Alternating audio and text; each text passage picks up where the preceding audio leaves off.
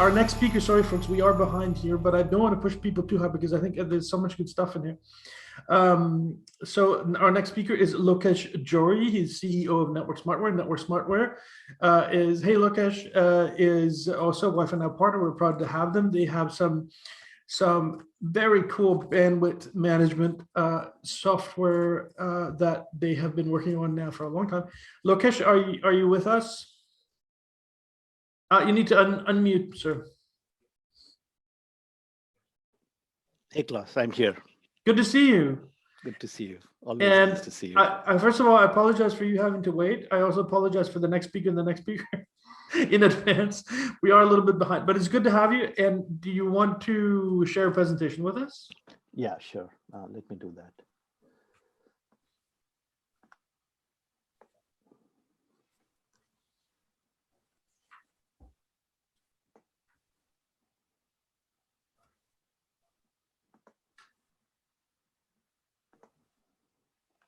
Can you see my presentation? Yeah, that's fine. If you just put it, that's it. All right. Yep, gotcha. Perfect. So, Klaus, unlike most of your speakers in this forum who were very focused on layer 1, layer 2 based solutions, we are fundamentally a software company. We have come from IoT background, looking into the problem of networking, coming from that space. Then we have had some very interesting conversations with folks at Columbia University, some cutting edge research they were doing. And together we have come up with a solution, which is software only solution and can run on any generic hardware, as a matter of fact, from what we have done, and provide several of the benefits that have been discussed in the previous, by several previous presenters. One of my goal is to keep the presentation interesting so that no people don't fall out. There have been a lot of technical detail provided in several other applications. I will try to minimize providing too deep technical detail, but we'll go in sufficient depth, and especially if there are questions, I'm just open to going in as much depth as is needed.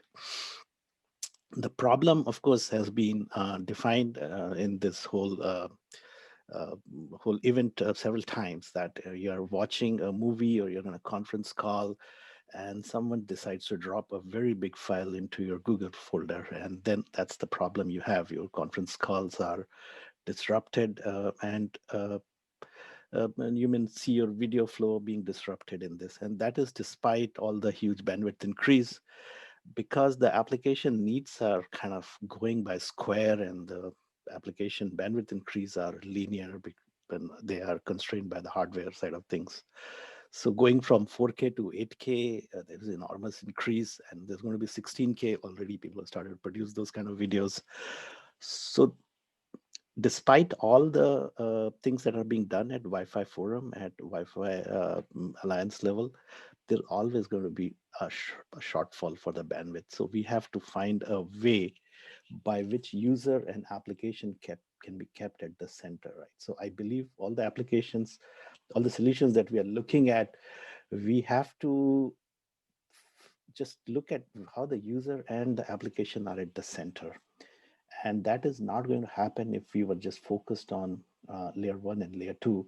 Those are really important for the linear increase in bandwidth that we are seeing. But is there a way, is there a software way by which we can continue to innovate over and above on top of these layers? That is where we are. So at the top left, we have a figure without our software running. The software is called Rezrv. And we have all kinds of traffic. We have a lot of web traffic and office traffic and video traffic, etc. The user goes into a specific mode. Maybe they're watching a video on Netflix. And then that's what they want. They want what you see in this graph over here, that other traffic gets suppressed if there is a demand for bandwidth by the video mode, if there's a demand constraint. So that's the middle graph called custom mode, in which we have deprioritized the web traffic. The third thing that you see on the bottom right is where we have a conference call mode, and user says, okay, whatever I'm doing, whatever else might be happening on the network, I want my conference call. It's really important, and get me $1 million contract. I want it prioritized. So that is what I mean by saying that the user preference should be at the center of it, and it should be dynamic. The user should be able to come back and define from time to time. This is particularly become important. It's no more you have to go to office. Right? There are so many people working from home, and they have to look at the whole network management as you are working at. Is it the office time? Is it the school time for children, or is it my entertainment time? And my network should dynamically adjust to that without me having to tweak. Right? It should be simple, something as simple as saying, Alexa, I think I need to watch this video. I mean, I really like this video. I want to watch it without disruption. And behind the scenes, software should take care of the fact that you're watching a video on Netflix and make sure the other things are suppressed. So if someone is doing a gaming traffic, an online gaming traffic, that needs to be suppressed, maybe for this person to watch this particular video of interest or having a conference call. I think that is the level of flexibility. People who are in software background, that's what we look for, and keeping the end user in mind. This is the same thing. What we have defined here is sort of a UX view of the whole thing. The same three graphs as previous screen. We have an office mode, we have a gaming mode, we have a video mode, and in general, you can define custom modes. But there are only finite number of these modes. They are capturing general high-level user preference and what they want the network to be at this point of time. Whether your network has morphed into a home network, it's a school network, or a office network, what is that you want to do at this point of time? Uh, stepping back a little bit after defining this problem and defining it from the user's perspective, uh, the solution that we have has actually really deep technical roots. It several years of research at Columbia, the work 24 has put in on it. And there was a paper presented by a IEEE fellow, faculty from University of Columbia in 2019 IEEE Symposium on Local and Metropolitan Area Networks. And this paper won award there. And the idea was to clearly identify what the Wi-Fi QoS issues are and how to address them. I can freely discuss any part of any technical thing because all the technology that I'll be talking about here is patented either by Columbia or by 24. So I have no problem if there are any deep questions regarding how we are doing what we are doing. The Wi-Fi performance is inherent. We look at inherent wireless channel characteristics. We look at access control of the shared broadcast protocol channel. That's sort of a major way what Wi-Fi has brought in. So for a fixed, for a wired channels, things have been port to port, and they have been solved in several different ways. But uh, the whole Wi-Fi industry knows that we are having air as the broadcast medium, which is shared, and that is really the root of all the problem that we have in terms of all the constraint we see with Wi-Fi. The other thing is that is not addressed at layer one, layer two is the TCP, which is and UDP. These protocols are what is really carrying your application traffic. They have been optimized for wired networks, really. BBR and several other protocols, implementations on Linux and other places, they are they are highly optimized for a wired protocol. So that is something we address here. What is happening is that the wireless side of things change very fast, and all these changes get relayed through these feedback mechanisms, and there's overreaction on the network on the server side of things. And these two things move at a different pace. And that is one problem that has really not been addressed in the industry.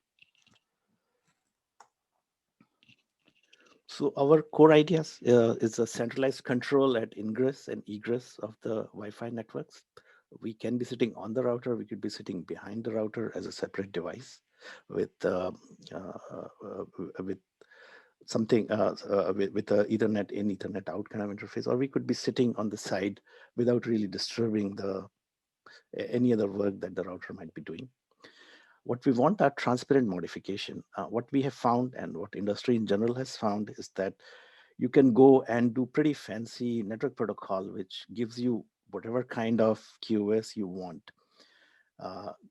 There are several protocols which address that. The problem is propagation of these protocols, across the whole network.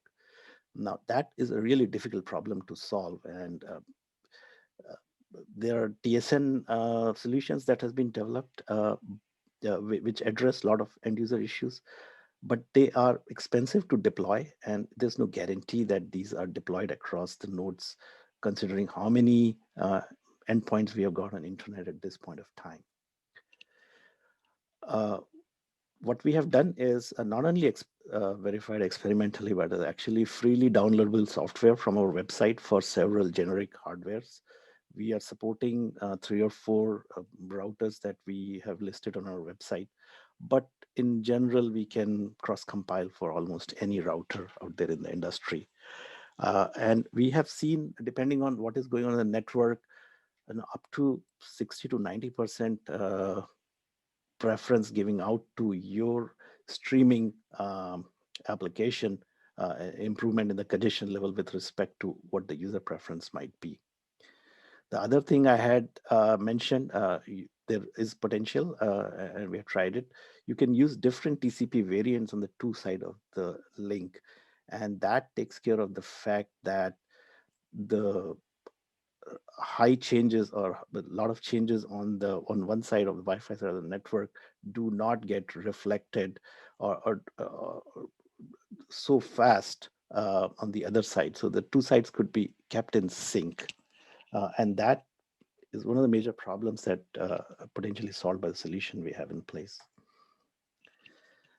These are 3 graphs, and I will go through these graphs in a little bit detail. Let me start out by starting at figure number 1. So what we have here is starting a Dropbox and without running the Rezrv software, and starting a 4K video stream. And there's no prioritization. And they will increase and decrease, but because there's no control, there's no way of knowing that the 4K video will get preference or will get adequate bandwidth for that matter. It just depends on what the operating system is doing, what the network is doing, or what your router is doing. But once you have put a Rezrv device in there, then we make sure that the 4K video is getting the bandwidth it needs, and the remainder of the traffic goes up and down. So the Dropbox will swing a lot more up and down whenever there's a constraint or the network condition are changing. But we are making sure that your 4K streaming on your Wi-Fi gets the adequate bandwidth. That is one application. The second application you see on the left-hand side is the other issue, which unfortunately has come from the standard side of thing. But as you have multiple number of flows, and as you have different devices at different distances, because of airtime fairness and other factors involved there, your preferred flow might get slowed down. Sometimes it is not something you are doing or you are moving, it's some other device on the network moving somewhere. And larger the number of flows, you may see increased latency on the packets for your preferred application. And with the mechanism that we have put in place, we can adjust and compensate for signal strength. So for your preferred flow, you would see the same performance as if you are, say, 3 feet from the router, even when you are at 70 feet, 75 feet from the router. This we have tried actually on Linksys and Google routers. And with respect to the software, native software, and with our enhancement, we see a very significant difference. This is what I was referring to earlier as 60 to 90% improvement on your preferred flows. The performance of software of the increase in performance in the software shows better if the number of background flows are larger. And the third picture over here, you see in the figure 3, is with respect to IoT devices. And this relates to what is called FUSA, or the safety standards that are being built. A lot of devices which are safety critical need much more determinacy in the network. And again, this one side of problem could be solved by using the TSN software stack, but that's very expensive and hard to deploy. what our solution does automatically, without us trying to tweak it in some way. So it smooths out the traffic. So you see the blue lines, in figure 3, you see the peaks. That is, we have simulated traffic, a sudden increase in some background traffic. And then there are several flows, which are basically IoT flows. And as the traffic comes in and goes out, you see the network becomes unstable. This might happen in an emergency situation. With our software in there, you see the flow remains smooth. This is one more slide which brings out this quality of experience. And the equation written at the top is taken from a paper of how to measure a quality of experience for video. In this graph, you see 3 clusters. The middle one is most interesting. What it is showing is that you can get the same performance in terms of quality of experience from the end user perspective, 75 feet, as you would get without our software, 3 feet from the from the AP. So what we are ensuring is that when you're watching video, whether you're 75 feet away or you are 3 feet away, you're going to get exactly the same experience, or roughly the same experience. That's sort of what that middle graph is denoting. And again, I'll come back and re-emphasize that we are keeping end user and applications as focus. And this is what I mean when I say that particular statement. So we talked about this graph a little bit earlier. I'll just skip through this. This shows how we actually had done the experiment with respect to measuring the distance and position of your AP, and then going and doing the measurements far 75 feet and 3 feet away. So we did these kinds of experiments to show the difference in performance, and sometimes a dramatic improvement of as much as 90% in the latency of packets delivered. One question I get is how do you compare to Airtime Fairness, and also with respect to WMM? So the problem with Airtime Fairness is that it is application oblivious. So something which is near and something which is far away gets the same amount of airtime. This actually creates a QoS difficulty, because QoS is with respect to application, and Airtime Fairness does not do a good job in terms of figuring out what the end user application preference might be at a given time. And then there is comparison with WMM, and then there's several differences that we do. The WMM standard is very, very coarse. We can be very finely tuned to a specific user and specific application. And because we are software based, it could be changed at any given time. I'm running through this quickly because I'm running out of time. But our major emphasis is performance isolation, backward compatible with doing minimal changes to the network, completely transparent. So no other part of the network aside from the small part that we're changing on the router or our software on the router, nothing else need to know what has happened. So essential mantra for what we are doing is that there should be minimal or no impact on anything outside. Very briefly,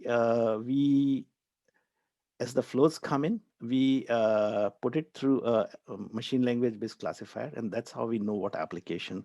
This makes us independent of CDN or any other complication in the network, and we can work with HTTPS, which I believe at this point 75% of all internet traffic, because we don't look inside the content of the traffic. We look at the shape of the traffic.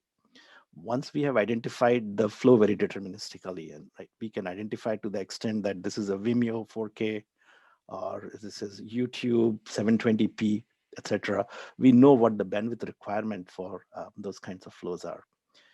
It goes into an optimizer which understands what other flows are there in the system, and then the whole thing is dumped to a scheduler, where the user preferences are put in translated to the scheduler in some way.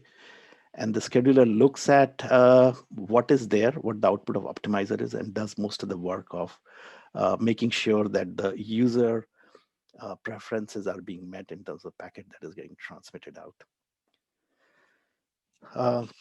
So Klaus, I think I have basically run out of time. I don't want to take too much time, but the presentation is there, and we will share the presentation, and I thank you for coming on, Lokesh. Can we just maybe just review a couple of practical things? And thank you for all of that practical items, in that if people want to try, they can go ahead and try this. I mean, this is available now, right? Yes, yeah, and it's available on generic hardware. So we have suggestions for what hardware and specific platforms on which we can run.